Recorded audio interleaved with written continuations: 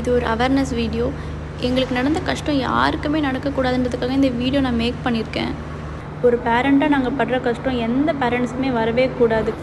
ஒரு 2 வயசு பையனுக்கு நடக்கவே கூடாத இன்சிடெண்ட் வந்து என்னோடய பையனுக்கு நடந்திருக்கு.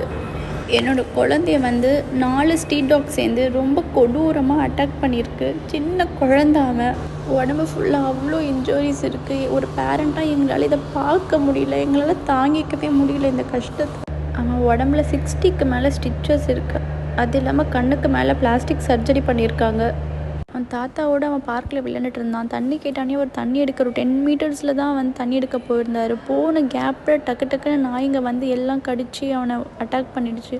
அவர் ஓடி வந்து துரத்துறதுக்குள்ளேயே இந்த இன்சிடென்ட் நடந்துடுச்சு. ஒரு நிமிஷம் கூட குழந்தைய தனியாக விட்டுட்டு எங்கேயுமே யாரும் போகாதீங்க. நாங்கள் பண்ண தப்பை நீங்கள் யாருமே பண்ணாதீங்க. ஸ்ட்ரீட் டாக்ஸ்னால இப்படி நிறைய இன்சிடென்ட் நடந்துகிட்ருக்கு. ஸோ கவர்மெண்ட் வந்து ஸ்டெப் எடுக்கணும். இந்த மாதிரி இன்னொரு இன்சிடென்ட் வந்து நடக்காமல் இருக்கிறதுக்கு கவர்மெண்ட் ப்ளீஸ் ஏதாவது ஒரு ஸ்டெப் எடுக்கணும். எங்கள் குழந்தை இப்போ அப்சர்வேஷனில் இருக்கான். ரேபீஸ் வேக்சின்லாம் போட்டிருக்கோம். பட் எந்த ஒரு இன்ஃபெக்ஷனுமே வரக்கூடாதுன்னு ப்ளீஸ் எல்லோரும் என் குழந்தைக்காக ப்ரே பண்ணிக்கோங்க. இந்த வீடியோ வந்து கவர்மெண்ட்டில் இருக்கிற சம்மந்தப்பட்ட டிபார்ட்மெண்ட்டுக்கு ரீச் ஆகிறதுக்கு கொஞ்சம் ஷேர் பண்ணி சப்போர்ட் பண்ணுங்கள். என் குழந்தைக்கு நடந்ததே லாஸ்ட்டாக இருக்கணும். இனிமேல் இது யாருக்குமே நடக்கக்கூடாது. இந்த வீடியோ நீங்கள் கேர் பண்ணுற ஃப்ரெண்ட்ஸ், ஃபேமிலி எல்லாருக்குமே ஷேர் பண்ணுங்கள். இறைவனுக்கு நன்றி. இனிய நண்பர்களே, நியூ பேசும் படத்திற்கு நீங்கள் வழங்கி வருகின்ற நல்ல ஆதரவுக்கு நன்றி. தொடர்ந்து உங்கள் ஆதரவை வேண்டி விரும்பி கேட்டுக்கொள்கிறோம். இன்றைக்கு நாட்டில் பல பிரச்சனைகள் பூதாகரமாக வெடித்து கிளம்பி இருக்கின்றன. அதில் முக்கியமான பிரச்சனைகள் பல உண்டு. ஒரு பக்கம் ஓட்டு திருட்டு என்கிற ஒரு பிரச்சனை, இன்னொரு பக்கம் வேலையில்லா திண்டாட்டம், இன்னொரு பக்கம் விலைவாசி உயர்வு. அடுத்த கட்டமாக அமெரிக்காவில் இருந்து 50% வரி போட்டதனால் பல சிறு தொழில் அதிபர்கள் பல பேர் நசிந்து போகின்ற ஒரு சூழ்நிலை ஏற்பட்டிருக்கிறது. ஏறக்குறைய 2 லட்சம் பேருக்கு வேலை பறிபோகின்ற ஒரு சூழ்நிலை உருவாகி இருக்கின்றது.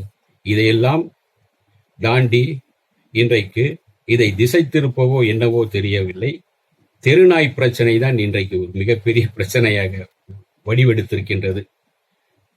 ஏற்கனவே இந்த தெருநாய் பிரச்சனைகளை குறித்து நீதிமன்றமே ஒரு தீர்ப்பு சொல்லி அந்த நாய்களை எல்லாம், தெருநாய்களை பாதுகாப்பாக ஒரு காப்பகத்தில் வைத்து காப்பாற்ற வேண்டும், அதற்காக அந்த டாக்டரை வைத்து பார்த்து கொள்ள வேண்டும் என்று சொல்லிவிட்டார்கள். ஆனால் நாய் அபிமானிகள் என்று சொல்லிக் கொள்கின்ற சில பேர் கொஞ்சமும் தயங்காமல் போராட்டம் பண்ணி கொண்டிருக்கிறார்கள்.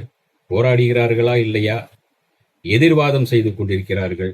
நாய்தான் பிரதானம், திருநாய்தான் பிரதானம், குழந்தையை கடித்தாலும் கூட பரவாயில்லை, நாய் முக்கியம் என்று சொல்லக்கூடிய அளவுக்கு சில பெண்மணிகள் துணிந்து போயிருக்கிறார்கள். சமீபத்தில் ஒரு தனியார் தொலைக்காட்சியில் இந்த நாய் விவாதம் நடந்தது. நாய் பற்றிய விவாதம் நடந்தது, தெருநாய்களை பற்றி.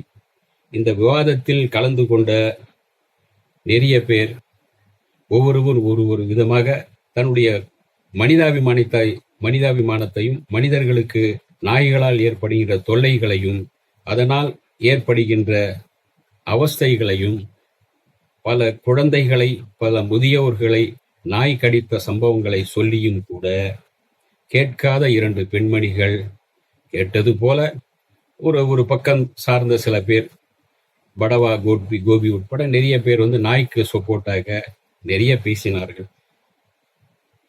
குழந்தையை கடித்து விட்டது என்று சொன்னதை விட அவங்க பெரியாக எடுத்தவில்லை. அந்த குழந்தை வந்திருக்கும், அது கடித்திருக்கும் என்று சால்ட்டா சொல்லுகிறார்கள். ஒரு காரில் அடிப்பட்ட நாய்க்காக ஒரு குழந்தை அடிப்பட்டது பற்றி சொல்லவில்லை. காரில் நீங்கள் நாயை அடித்து விட்டீர்கள் என்கிறார்கள். கார் பக்கத்தில் நாய் ஒரு குழந்தை வந்தது, அதுவாகவே வந்திருக்கும் என்றும் சொல்லுகிறார்கள். இவர்களை என்ன சொல்லுவது என்று தெரியவே இல்லை. இதில் என்னவென்றால், இன்னொரு நாயை அடித்தது பற்றி, நாய்களை பற்றி சொல்வது நியாயம்தான். நாயை யாரும் அடிக்க வேண்டாம், அடிக்க மாட்டார்கள். அது ஜீவகாரணி அடிப்படையில் அதற்கு ஏதோ பிஸ்கெட் ஏதோ போட்டு போய்கிறார்கள். தெருநாய்கள் இன்றைக்கு அதிகமாக பெருகிவிட்டன. குறைந்தபட்சம் ஒவ்வொரு நாயும் 10 குட்டிகள் போடுகின்றன. அந்த குட்டிகளில் ஆண் நாய்களை மட்டும் சில பேர் அள்ளி கொண்டு போகிறார், பெண் நாய்களை விட்டு போய்விட்டார்கள், பெண் குட்டி நாய்களை. இதனால் இப்படியும் சில அவஸ்தைகள் உண்டு. சமீபத்தில் அந்த நேர்காணலில் 2 பெண்மணிகள் பேசினார்கள் அல்லவா, இதில் இருவரில் ஒருவர் அசல் நாயை போலவே பலவிதமாக குரல் ஒலி எழுப்பி கொடுத்தார். நாய் கோபமாக இருக்கும்போது எப்படி குரல் எழுப்பும், நாய் ரொமான்ஸாக எப்படி குரல் எழுப்பும் என்பதை எல்லாம் அவர் தன்னுடைய குரலாலே மாடுலேஷன் செய்து ஒரு அசல் நாயை போலவே எப்படி ஒரு ஒலி கொடுக்குமோ அப்படியெல்லாம் கொடுத்து தன்னுடைய நாய் அபிமானத்தை அவர் வெளிப்படுத்தியிருந்தார். அவருடைய தனித்திறமையை பாராட்டலாம், நல்ல விஷயம்தான். ஆனால் ஒரு குழந்தை காரில் அடிப்பட்டதை பற்றி பெரிசாக எடுத்துக்கொள்ளவில்லை. ஒரு நாய் அடிப்பட்டதை தான் அவர் பெரிதாக எடுத்துக்கொள்கிறார். மனிதர்களை விட நாய் மிக பெரியது என்று அவர் சொல்லுகிறார். நாம் என்ன செய்வது? நாய் மீது அவர் வைத்திருக்கின்ற அன்பை, பாசத்தை, பிரியத்தை, சிநேகத்தை தான் அவர் அப்படி பல குரல்கள் எழுப்பி வெளிப்படுத்தியிருக்கிறார் என்றுதான் சொல்ல வேண்டும். பராமரிக்கப்படாத தெருநாய்கள் பலருக்கு உணவில்லாமல் அது அலைகின்றன. அதனாலே பல பேரை கடிக்க வேண்டிய சூழ்நிலை ஏற்படுகிறது. ஒரு சிலர் உணவு போடுகிறார்கள், ஒரு சிலர் உணவு போடுவதில்லை. அது தெருவில் அலைந்து பலரை கடிக்க வேண்டிய சூழ்நிலை ஏற்பட்டு விடுகிறது. இதையெல்லாம் கருத்தில் கொண்டுதான் அவைகளை காப்பகத்தில் கொண்டு சென்று பாதுகாக்க வேண்டும் என்று நீதிமன்றம் சொன்னது. அதுதான் சரியான முறை. அதை விட்டுவிட்டு இந்த தெருநாய்களுக்காக தெரு சண்டை போடுவது சரியில்லை. அவர்களுக்கு தெருநாய்களுக்கு ஒரு பாதுகாப்பு என்றால் ஒரு காப்பகம் தான். அங்குதான் காப்பகத்தில் இருந்தால்தான் அது சேஃபாக இருக்கும், பாதுகாப்பாக இருக்கும். அதுக்கு இந்த வேலைக்கு உணவு, மருத்துவம் எல்லாம் கிடைக்கும். அதுதான் சரி.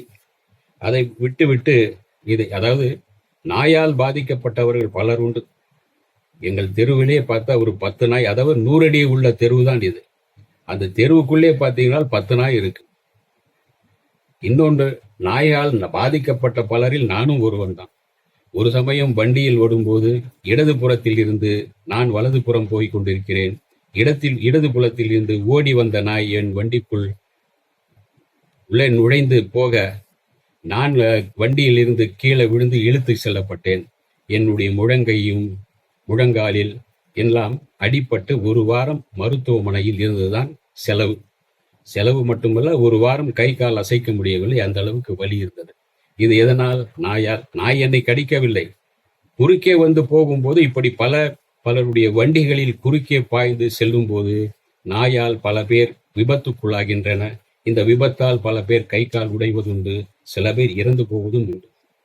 எனவே தெருநாய்களை பற்றி தரிசனம் செய்வது சரிதான். இந்த தெருநாய்களுக்கு நீங்க பாதுகாப்பு கொடுங்கள் அல்லது உணவு கொடுங்கள். அவைகளை ஒரு காப்பகத்தில் கொண்டு போய் விட்டு விடுங்கள். அதுதான் நல்லது. இன்னொரு பெண்மணியிடம் இந்த தனியார் தொலைக்காட்சியில் 2 பெண்மணிகள் இப்படி நாய் அபிமானத்தோடு சண்டை போட்டார்களே என்று கேட்டபோது இன்னொரு பெண்மணி என்னிடம் ஒரு குண்டே போட்டார். நாய் என்ன சும்மாவா? சில பெண்கள் நாயோடு தான் வாழுறாங்க. நாய் தான் அவங்களுக்கு பாதுகாப்பு எல்லாம். புருஷனை விட நாயை கொஞ்சிற பெண்கள் அதிகமா இருக்காங்க என்று அவர் ஒரு குண்டு போட்டார். நான் அதெல்லாம் கேட்டு நாய் படாத பாடுபட வேண்டியிருக்கிறது. தயவு செய்து தெருநாய்களை காப்பகத்தில் கொண்டு போய் சேருங்கள். அதுதான் நல்லது, அதுதான் பாதுகாப்பானது. மக்களுக்கும் பாதுகாப்பானது, அந்த தெருநாய்களுக்கும் பாதுகாப்பானது. இந்த வீடியோ உங்களுக்கு பிடிச்சிருந்தா லைக் பண்ணுங்க, ஷேர் பண்ணுங்க, கமெண்ட் பண்ணுங்க, சப்ஸ்கிரைப் பண்ணுங்க, மறக்காம பெல் ஐகானை கிளிக் பண்ணுங்க.